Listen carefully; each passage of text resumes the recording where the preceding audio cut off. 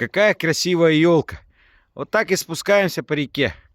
Опачки. А здесь русал. Вот он. А ты себе что, можешь позволить? Не на 1000%. Оч, таймень, таймень. Прям как плывет. Как красиво плывет. Ну, вообще-то история была про елочку. Про елочку была история. Вот и елочка.